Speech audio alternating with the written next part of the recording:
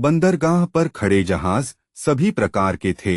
18वीं शताब्दी से 19वीं शताब्दी के जहाज़ों से लेकर आधुनिक यॉट तक, भाप पर चलने वाली नावों से लेकर हाइड्रोजन पर चलने वाले अति आधुनिक जहाज तक।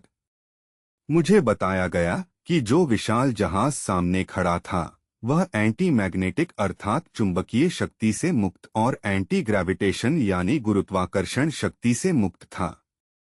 वे क्रिया के नियम से पानी पर तैरते थे। जब हजारों टनों का वजन ले जाना होता था तब वे 70 से 90 नॉट की गति से चलते थे, पानी के जरा से ऊपर और बिना किसी शोर के।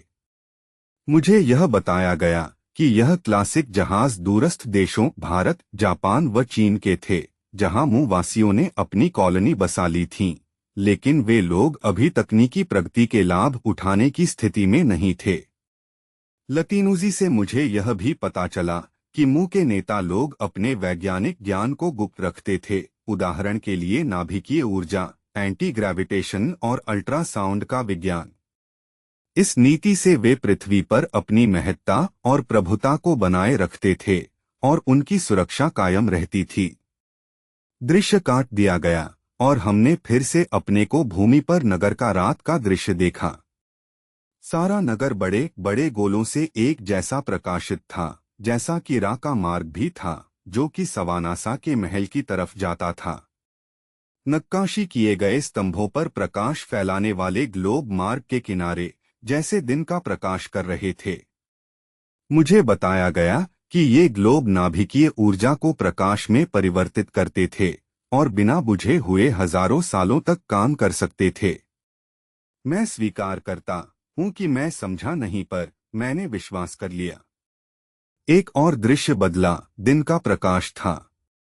भव्य राजमार्ग और महल पर चमकते कपड़े पहने हुई भीड़ भरी हुई थी और पिरामिड के शिखर पर एक श्वेत रंग का विशाल गोला था। स्पष्ट था कि राजा जिन्हें मैंने पिरामिड में आत्मध्यान करते हुए देखा था, भीड़ इकट्ठी होने से थोड़ा पहले ही मृत्यु को प्राप्त हो चुके थे। अच्छे खासे शोर के बीच गोला फट गया और भीड़ से आनंद का स्वर उमड़ पड़ा। इस पर मुझे हैरानी हुई, क्योंकि सामान्य तौर पर मृत्यु होने पर आंसू बहाए जाते हैं, पर मेरे साथियों ने मुझे बताया, मिशेल, आपको वह शिक्षा याद नहीं जो हमने दी थी। जब भौतिक अस्तित्व समाप्त हो जाता है तब सूक्ष्म अस्तित्व मुक्त हो जाता है। ये लोग इसे जानते हैं और इसको उत्सव की तरह मनाते हैं।